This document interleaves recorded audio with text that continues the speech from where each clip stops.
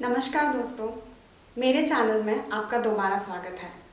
तो जैसा कि पिछले सप्ताह मैंने एक श्रृंखला की शुरुआत की थी जो श्रृंखला महिलाओं को समर्पित है। आज उसकी दूसरी कड़ी में आपका स्वागत है। तो आज की कविता भी एक बहुत ही मार्मिक विषय पर है।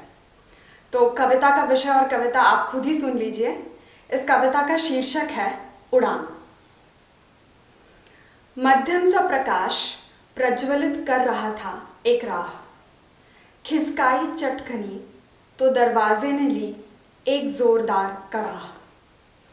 कमरे का हर कोना एक सा प्रतीत होता था, एक ही परत की वहां पर जमी थी धूल। जमीन पर बिखरे थे मुरझाए हुए कुछ गुलाब के फूल। उसकी लाई हुई सुनहरी घड़ी का कुछ लग रहा था पुर्जा ढीला। काढ़ी हुई सफेद चादर का रंग भी कुछ लग रहा था पीला। कोने पर फूटी पड़ी थी चूड़ियां और फर्श पर बिखरा था काजल। आंखों के सामने से गुजरने लगा मेरा बीता हुआ कल।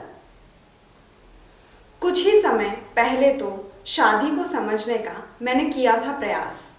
आई थी इस घर में गहनों से सजी ओढ़े लाल लिबास। मेरे भी अनगिनत सपने थे, मेरे थे अनगिनत अरमान। चाहत थी पंख फैलाकर मैं भी भरूं ऊंची उड़ान।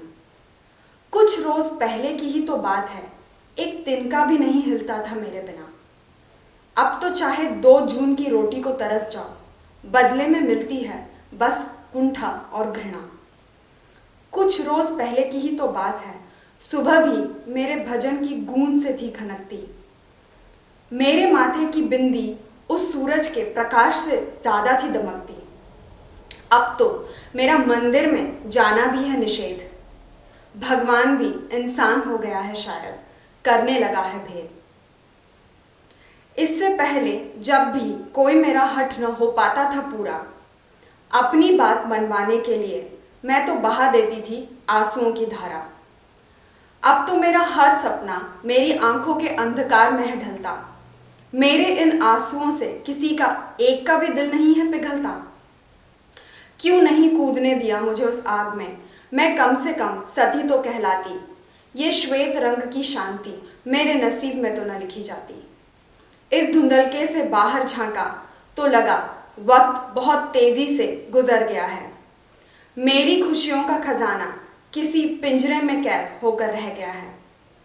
तोड़ूंगी ये पिंजरा, मैं लूंगी उस पंछी से उसके पर मांग। दूर खड़ी उस चोटी से मैं भी लगाऊंगी ऊंची छलांग। फिर होगी मेरे पैरों तले जमीन, सर पर खुला आसमान। तोड़ दूंगी सारे बंधन, मैं भी भरूंगी ऊंची उड़ान। कमरे का सन्नाटा बरकरार था, पर मैंने ढूंढ ली थी अपनी राह। चटखनी लगाने से पहले फिर से आई एक जोरदार करार। तो दोस्तों, अगर आपने मेरी पहली कविता भी सुनी होगी तो वो भी महिलाओं को और कन्याओं को समर्पित थी। और आज की भी कविता जो है वो भी एक बहुत ही जटिल विषय पर है, जिसमें विधवाओं के साथ में कभी कभी ज़बरदस्ती सती होने पर मजबूर किया जाता है, या उनके साथ जो बाद में दुर्व्यवहार होता है उसके कारण उनकी खुद की जीने की इच्छा नहीं होती। तो मैं ऐसा होप करती हूँ, ऐसी आशा करती हूँ कि ऐसा किसी के साथ ना हो और उनके साथ ऐसा बर्ताव ना हो। और धन्यवाद मेरी कविता सुनने के लिए, और मेरे चैनल से जुड़े रहिए। और इस श्रृंखला की आखिरी कड़ी की कविता अगले सप्ताह आएगी। तो तब तक के लिए नमस्ते।